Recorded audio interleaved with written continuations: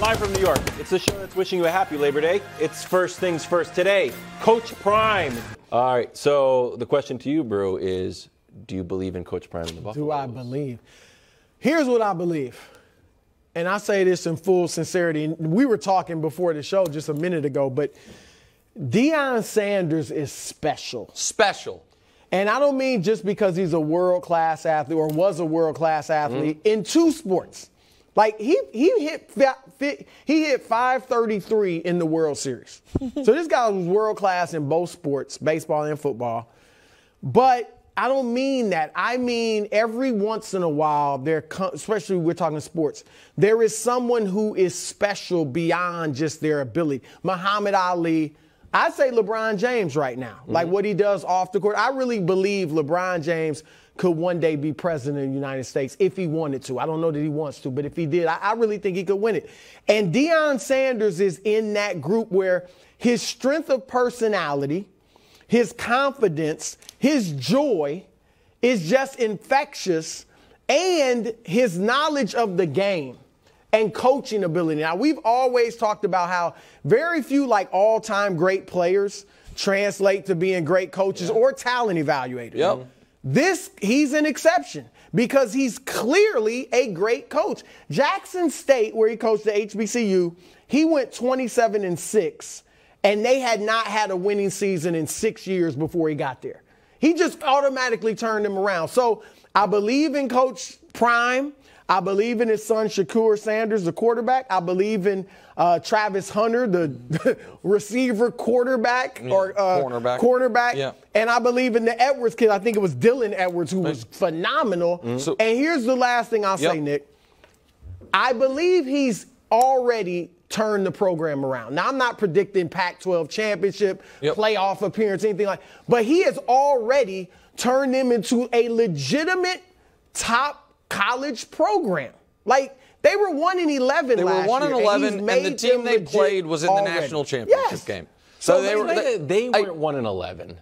No, Colorado. But the program, of course, the uniform was 1-11. Yes, but the reason it's a whole different program is because of Prime. Yeah. Right. And I understand TCU. For that. Right, and I understand TCU doesn't have Max Duggan. I get all that. But this was, okay, Colorado has not beaten a team ranked this highly since 2009.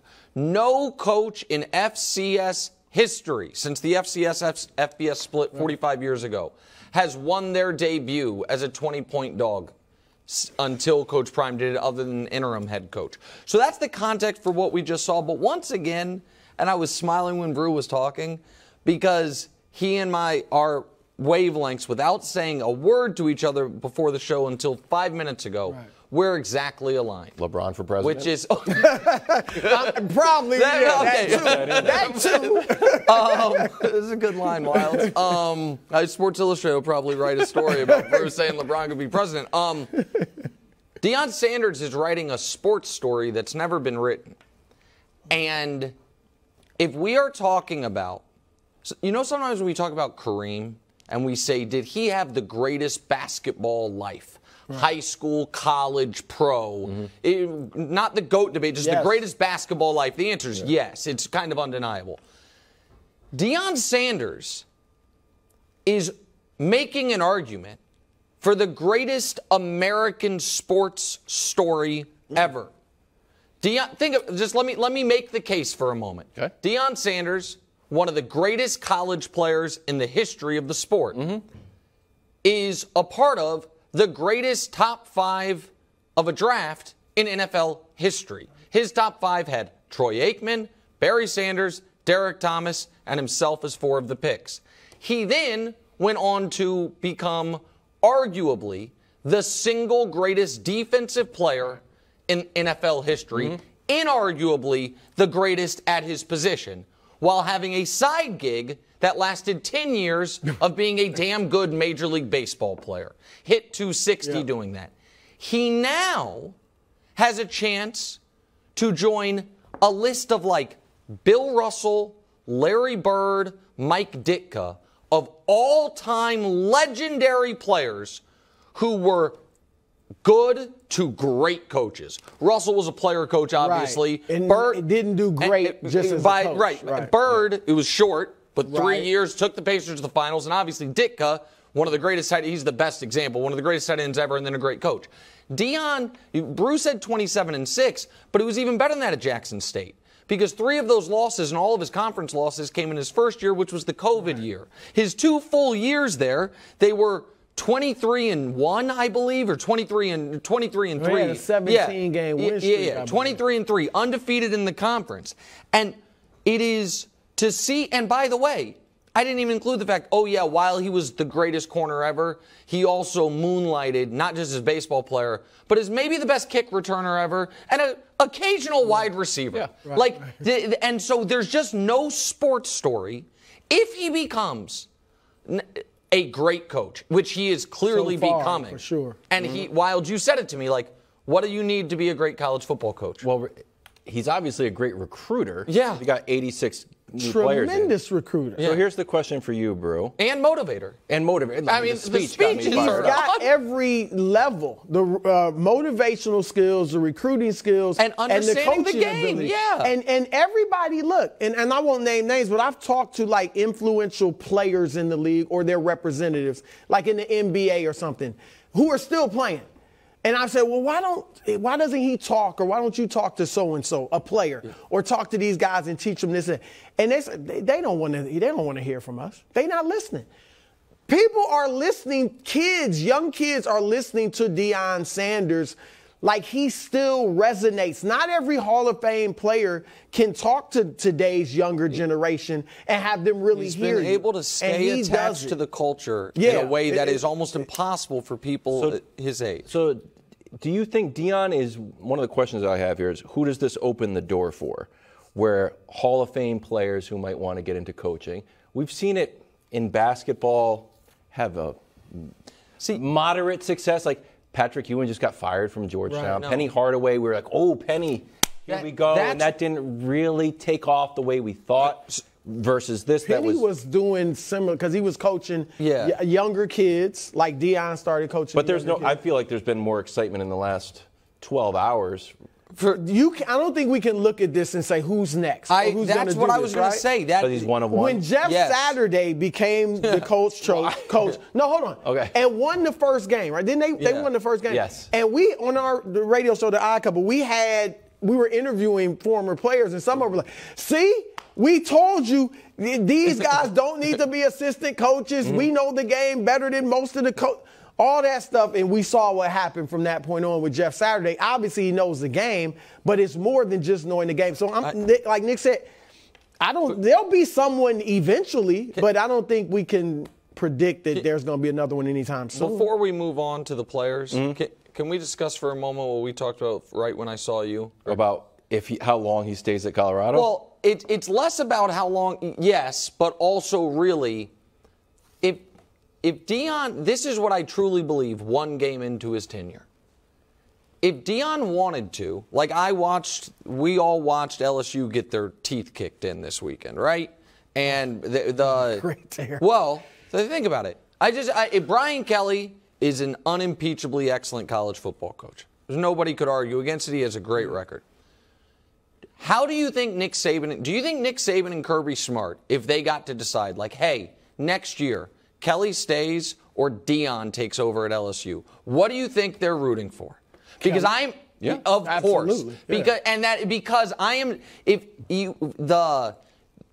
am not doubting Deion's X's and O's coaching.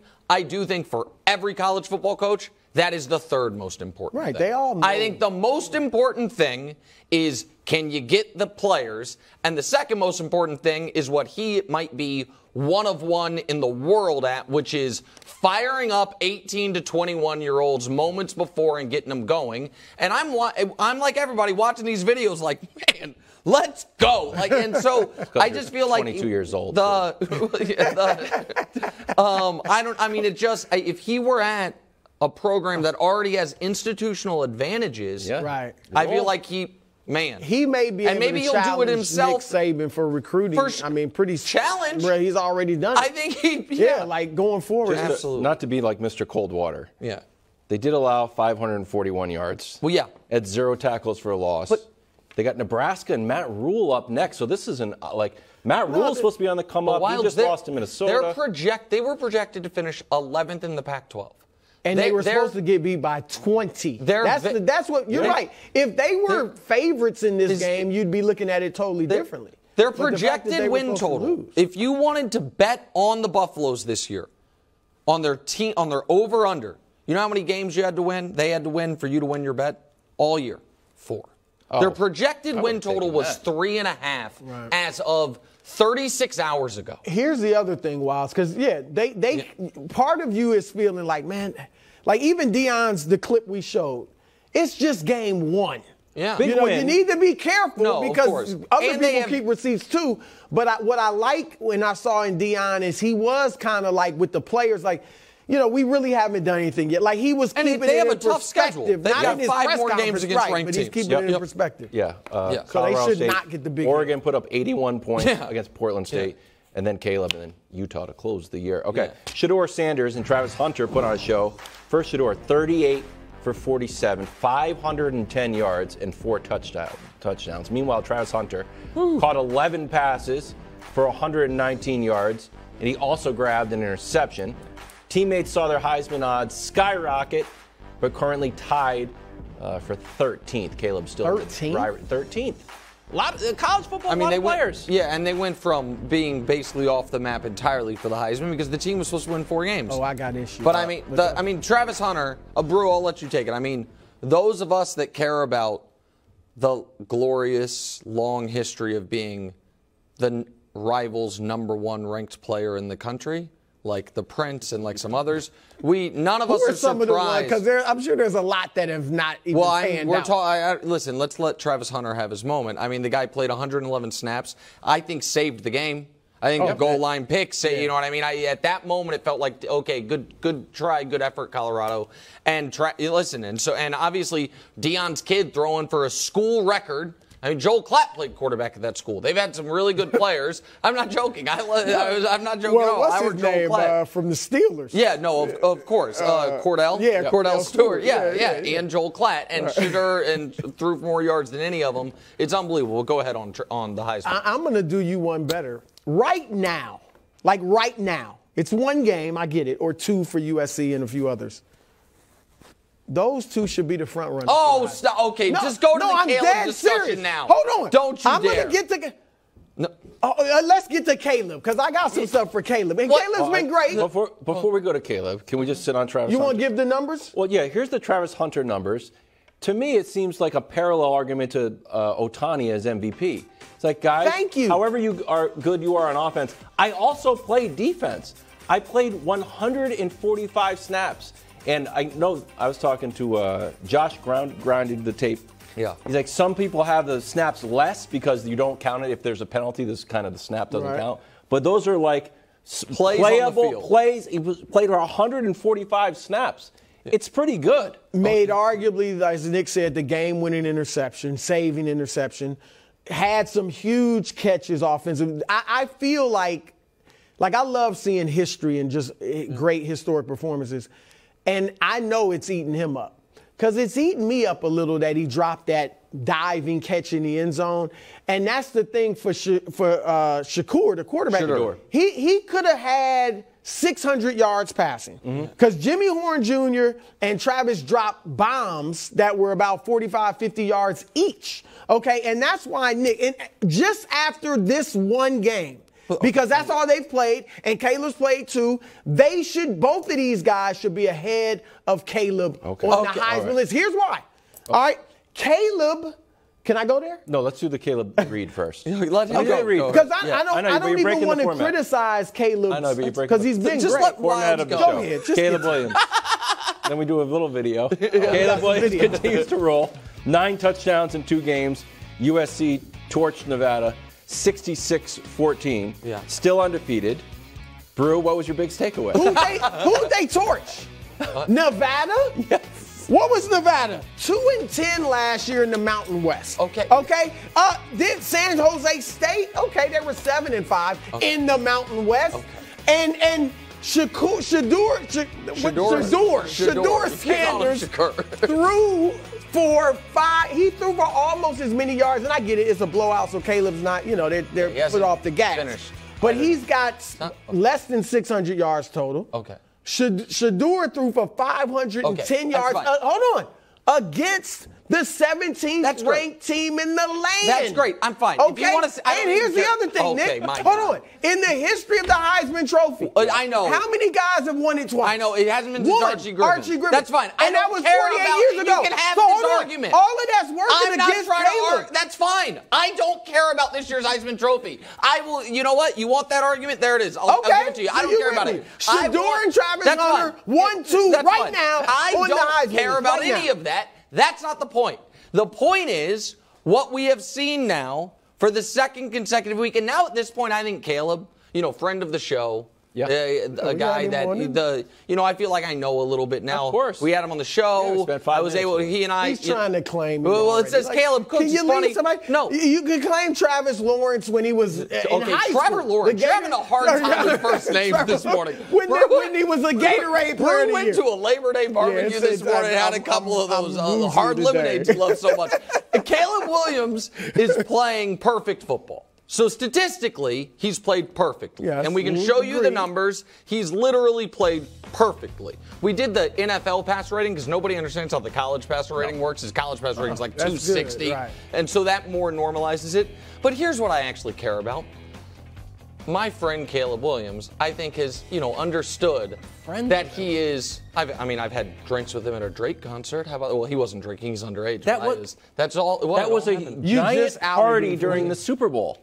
Yeah, and he and I were standing there talking about how much fun he had on the show. I mean, you're going to question who my friends are. I don't question that you're friends with David Jacoby. That's neither here nor there. But he is now, because Brew is right, the competition is soft. He's now, in real time, trying out the Mahomes cosplay, and it's going quite well. Did you see these two plays from the Nevada game? So there's one play. This first play is going to be hard to kind of see because the cameraman assumes this is a throwaway because, of course, you would assume this is a throwaway. And it's like, Nick, why are you showing this? So he avoided the sack. Oh, my, wait, what's happening now? Can we see the end zone angle? Oh, my gosh. There's only one player I've seen in my life that can confidently do that. Patrick Mahomes. That's a wild throw. Oh, that's a wild throw. Awesome and it wasn't throw. his best play of the game. Can we show the next play? Because the next play was literally a Patrick Mahomes impersonation, and I'll prove it to you. So here's Caleb Williams running around. What am I going to do? What am I going to do? And then zip! Patrick Mahomes, third start as a pro against the San Francisco 49ers. Can we show it to you? Oh, I'm running around. What am I going to do? What am I going to do? I guess I'll roll to my right and then zip right there. Can we see them side by side? Because Patrick Mahomes 2.0 is in real time trying out Patrick Mahomes' own moves. Pretty good. And so that's fine. You know what? I'd like for a lot of people to have Heisman trophies. I know what I'm watching from this kid from USC, and it's one of the most talented quarterback prospects in football history. You know what? If I knew you put that much work into that video, I would have gotten there earlier. Okay. It was good. Bro. It was good. But I don't think you want to. I told you what 2.0 means. No, it doesn't. We got to go. How about go. We're Junior? late. Mahomes on Chris Jones. Jr. Thanks for watching. Subscribe here to get more from the show and to check out clips from other shows on FS1.